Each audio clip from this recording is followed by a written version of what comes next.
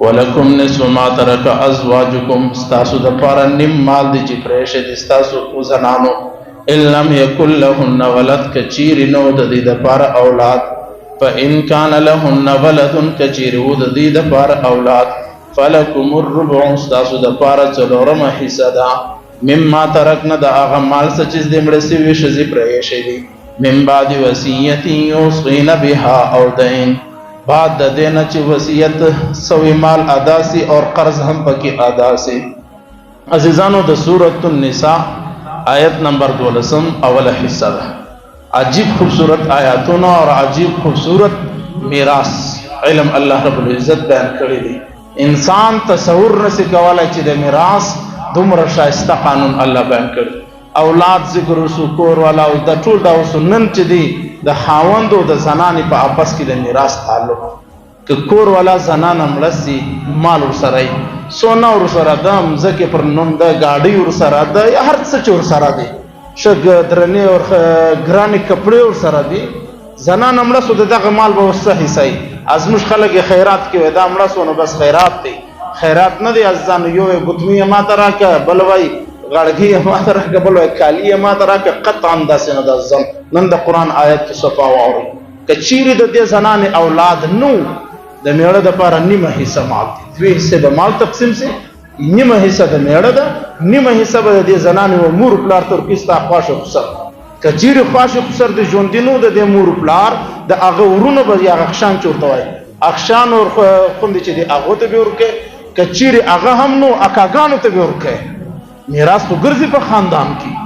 لہذا د شذ د ملکیت او بعد د سړی نیمه حصہ د مال کې نیمه حصہ په خاندان کې تقسیمی شي که هغه صورت کې چې اولاد نه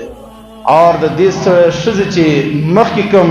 کوروالا او یا کم خاوند دی دا هغه بیا یو اعتبار نشته چې د طلاق ورکې هغه اعتبار بیا ختم دی. فإن كان لهن ولد فلكم الربع کچيري د زنانې د ملکیت او بعد اولاد موجود اولاد سے مراد دی مذکر مؤنث زیات اور کم گرد برابر دی مخکې من دا مسئلہ الله سوار بیان کړی دا اور اولاد کستا سے کہ دبل چا سے مطلق اولاد زنانہ و مردانہ زیات و کم کشنی و غټ گرد برابر دی کی اولاد موجود دی مال پر څلور حصے تقسیم شي یو څلورمه حصہ د میړس ولا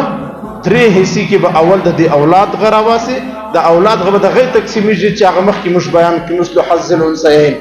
دا لک دوی د انجلی واحصہ هغه بعد چې کمال درو حصہ کې پاتې شو هغه به مور پلار خوندو دله تقسیمی شي اور دغه د قران آیت اور دغه قران پالیسی یقینا اسما او په معاشره کې ناپید ختم تصور هم نشته مش په ډوډۍ نور کو دعوت نور کو سلام نور اچو میراث کو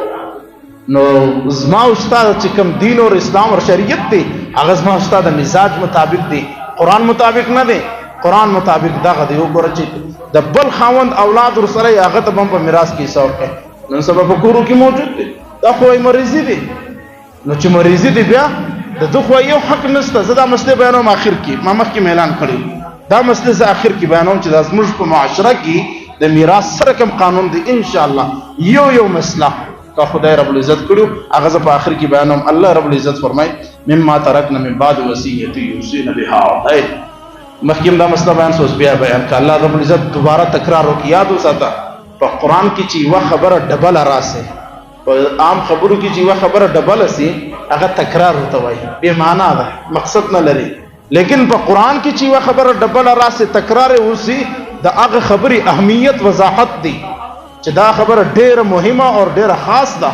چې الله رب العزت ور مخته بیان کې بیا شاته بیان کړ پروندې هم بیان کړ چې وصیت او قرض به ول ادا کوي نن دې بیا ویل چې وصیت او قرض به بیا ادا کوي گویا چې د شریعت په نظر کې په میراث کې وصیت او قرض ادا کول دا ډیر ضروري او لازمي ده. یو اضافي مسله بل هم په کې بیان کړه چې چیرې ورشد ته مہر نه ورکړو عزیزان ورور بل مصیبت دی مہر بل دی و مہر و دې توای چې و زنان ته خپل د نفس حق ورکول زنان چې خپل نفس ته حواله کوي د دې نفس یو بدله شریعت یې شدا د دې یو کفاره شریعت یې شدا او هغه ته مہر وای هغه به ډایرکټ د انجلی په لاس کې زی اور داغه نه ته اختیار لري نه زه اختیار لرم نه مور نه پلار نه خور هیڅوک اختیار نه لري هغه زنان خپل د دې اختیار لري چې هر ځای استعمالي په کوټه کې ناست دي، مهر بیان سو، بیا د خپل په جیب کې اچولې دي،